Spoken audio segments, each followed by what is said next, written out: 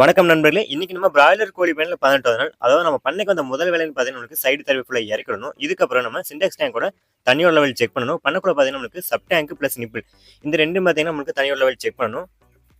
இது எல்லாமே செக் பண்ணதுக்கப்புறம் நம்ம பண்ணக்குள்ள ரவுண்ட்ஸ் போகணும். ஒண்ணு நம்மளுக்கு சிக்ஸ் கலைச்சிடணும். அதுக்குள்ள இருக்கிற மார்டாலிட்டி எடுக்கணும். இதுக்கப்புறம் பார்த்தீங்கன்னா, நமக்கு இடம் டைட் ஆயிடுச்சு. நமக்கு டே 17 பார்த்தீங்கன்னா, நமக்கு செகண்ட் வேக்சின் கம்ப்ளீட் பண்ணியாச்சு. இப்போ நம்மளுக்கு 18வது நாள். 18வது நாள் பார்த்தீங்கன்னா, நமக்கு சிக்ஸோட இடம் வந்து அதிகப்படுத்தணும்.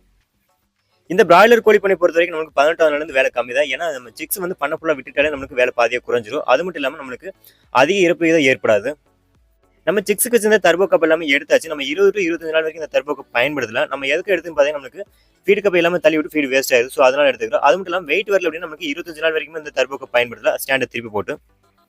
இதுக்கப்புறம் 8 kg ஃபீட் இருக்கப்ப நம்ம கைத்துல மாட்டி விடலாம். அதாவது சிக்ஸ் வந்து நின்று ஃபீட் எடுக்கிற மாதிரி. இப்படி பண்ணாலும் நமக்கு லெக் வீக்ஸ் வராது, ஃபீட் வேஸ்ட் வராது, நமக்கு வெயிட் கெயின் நல்லா ஆகும். Thank you friends. நம்ம அடுத்த வீடியோல பார்க்கலாம்.